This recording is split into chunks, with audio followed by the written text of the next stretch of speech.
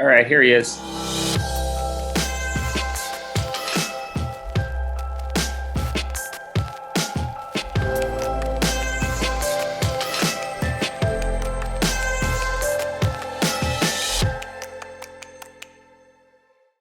But wait, we didn't get into the different expectations and needs of white versus black fans. Ooh, it's I find myself buckling under the weight of that question. I swear, 'cause I am a black hip hop fan, and my needs are met mostly by myself. Okay, your own music. Yes. Beautiful. And then, from my peers, right? So like I said, Billy Woods, Lucid, Rap Ferreira, and then people like Kai, or maybe a little Griselda, but that's such a small part of what's happening in rap music. And so the large majority, so everybody heard the Kendrick album, right? And everybody has their different thoughts about it. Part of the interesting part of that conversation for me is I don't know if you can say necessarily who that album is for. I think it's probably, you say it's for him. Well, that's interesting. I guess. Do you think that he thinks about an audience in particular when he makes stuff? He must. I think every artist has to perceive just to even know what references need to be unpacked and what doesn't. I 100% agree. My perfect audience understands this, and this, but if I talk about, so I can shorthand on Compton. Right. But I can't shorthand on la la la la la. And I'll take you one further, right? So his album is going to be the biggest selling album on TDE, which I think works with Aftermath or Interscope or one of the So his album is going to be projected to do numbers, and if it doesn't, that's a problem for people in that office, right? So somebody in there got to know where to aim this at so that it does well, right? Somebody has to wrap their head around the marketing of it. Somebody has to know who this is for. Okay, and Drake, he just put out a new album, a dance album. Everybody's making fun of. I haven't heard it yet, but who's it for? Is it for black people? Is it for white people? Is it just for people to make fun of on the internet? Who knows? And when I say these things to say, I think the question of what people want from rap might be more confusing than it's ever been. Mm-hmm. Just to start with, and then if you break it down into black and white, we're talking about what black people want, I think if we're looking at what I would consider to be the majority of black people, I think a lot of rap radio is still instrumental in that conversation in terms of what.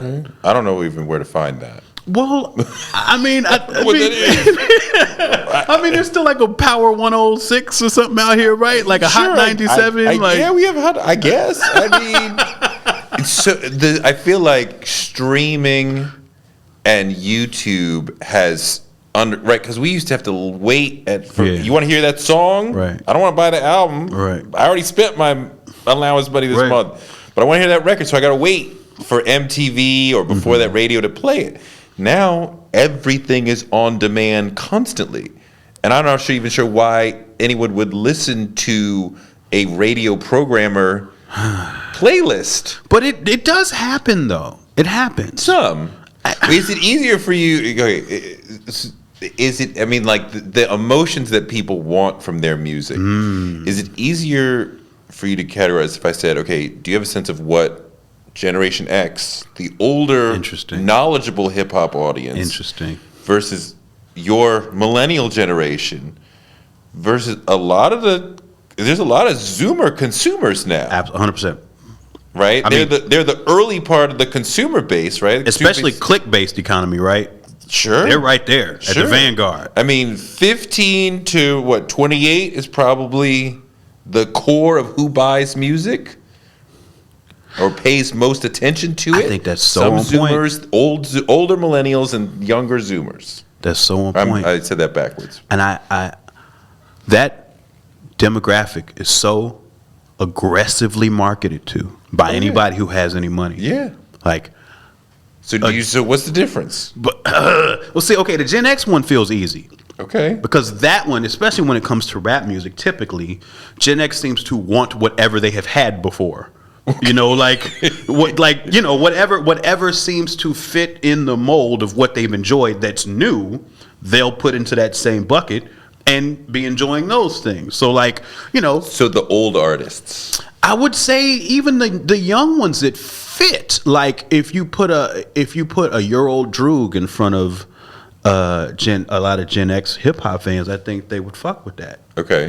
They would fuck with, I think, a Griselda, because these are people who grew up listening to Wu-Tang, and this kind of sounds very much similar to them. Sure. So I think the Gen X is easy. I think the thing that makes Gen X challenging is that those people, they're not necessarily going to shows anymore. No. They might buy a vinyl online, but they're not your ardent supporter. No. Right? So not a lot of people are spending marketing money on that demographic, even though that's the clearest. Millennials? Whew. Y'all change hip hop entirely. But millennials, you know what we do? We get tricked all the time. What do you mean? Marketing, we get tricked. We get tricked constantly. My entire adult music consumption life is just watching everybody I know get constantly hornswoggled by marketing. What does tricked mean? Okay. Because to me, tricked meant we got you to buy a shitty record. Tricked, I think what I'm talking about is that we got you to buy into a PR narrative. Like what? Like Drake is the shit? What's a good one? Odd Future came out of nowhere. Like that sort of thing. Okay, but if you buy into Odd Future, what does it matter where, millennials, that matters to millennials. Where it came from? Yeah, whether they are organic or an industry plant, that matters. And I'm not saying they are. I'm just saying that there was intention put into making it seem like they didn't exist, and then they were suddenly fully formed. But you mean the way that Wu-Tang has a prior and Dr. Dre has a prior thing before they were street thuggish? Or you mean there is a sonic predecessor to what Odd Future was doing? I mean that a lot of really smart people pulled a lot of levers to make sure that group was initially successful once they were a public thing, After the single blew up. I would say before that. Before the single blew up. But you mean before the Tyler when he bit the roach, that thing? Yeah, before that. Before that. If you look at, you see artists publicly talking about the TikTok thing now, right? How their labels are pushing them to make fake TikTok trends, because that's TikTok picks those trends. Well, TikTok has an algorithm. Organic. Well, yeah, TikTok has an algorithm but I'm saying, but they're paying their creators, so they're telling their top 200 creators or whatever, today we're pushing this week we're pushing this trend, so we would love for you to get on that. And some do, and many do, and some don't, whatever. And if you get on that, then they'll push it. But they can create a Busta Rhymes trend as they wish. Yes. But I think the experience of the millennial has been, that is the world we found ourselves living in, but nobody ever explains that.